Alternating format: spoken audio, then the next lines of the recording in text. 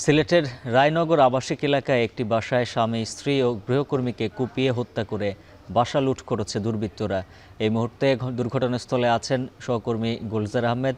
বিস্তারিত জানবো তার কাছ থেকে। গুলজার, জানাবেন কখন এই হত্যাকাণ্ড ঘটলো আর আইন শৃঙ্খলা বাহিনী কি বলছে? দেখুন, আসলে সকাল ৯টার দিকে এই হত্যাকাণ্ডের ঘটনা ঘটেছে। এটি প্রাথমিকভাবে প্রত্যক্ষদর্শী যারা আছেন কিংবা পুলিশের পক্ষ থেকে এটি জানানো হয়েছে। আমরা বর্তমানে রয়েছি সিলেটের যে রায়নগরের মিতালী আবাসিক এলাকা, এখানকার ১১১ নম্বর বাসায় মূলত এই হত্যাকাণ্ডের ঘটনাটি ঘটে।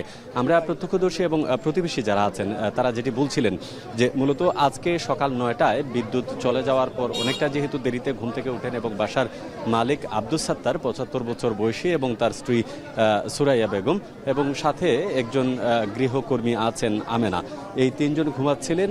বাসার কাজে অন্যান্য যারা শ্রমিক আছেন, এখানে একটি বিল্ডিংয়ের রুমে কাজ হচ্ছে, সেই কাজ করতে আসলে কোনো সাড়া শব্দ না পাওয়ায় এ সকল শ্রমিক যারা আছেন তারা তাদের যে স্বজন যারা আছেন বা প্রতিবেশী যারা আছেন তাদেরকে তারা তথ্য দেন এবং এই তথ্য দেওয়ার পরেই মূলত সবাই আত্মীয় স্বজন দরজার সামনে ডাকাডাকি করলে কোনো সাড়া শব্দ না পেয়ে তারা দরজার যে ছিদ্র আছে সেখান দিয়ে দেখতে পান যে রক্ত পড়া আছে, কিন্তু ভেতরে আসলে কোনো সাড়া শব্দ নেই এবং ভেতর থেকে তালা রুম বন্ধ ছিল।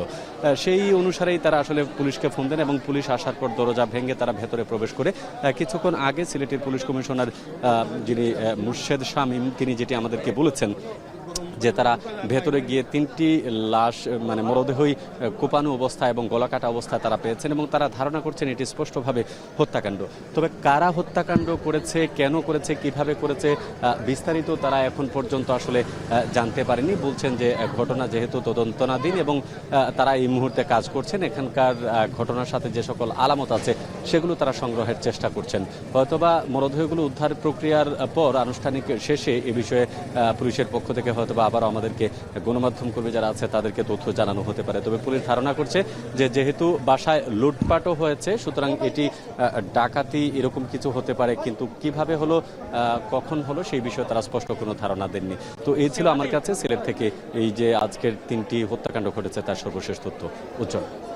গুলজার আহমেদ জানাচ্ছিলেন বিস্তারিত।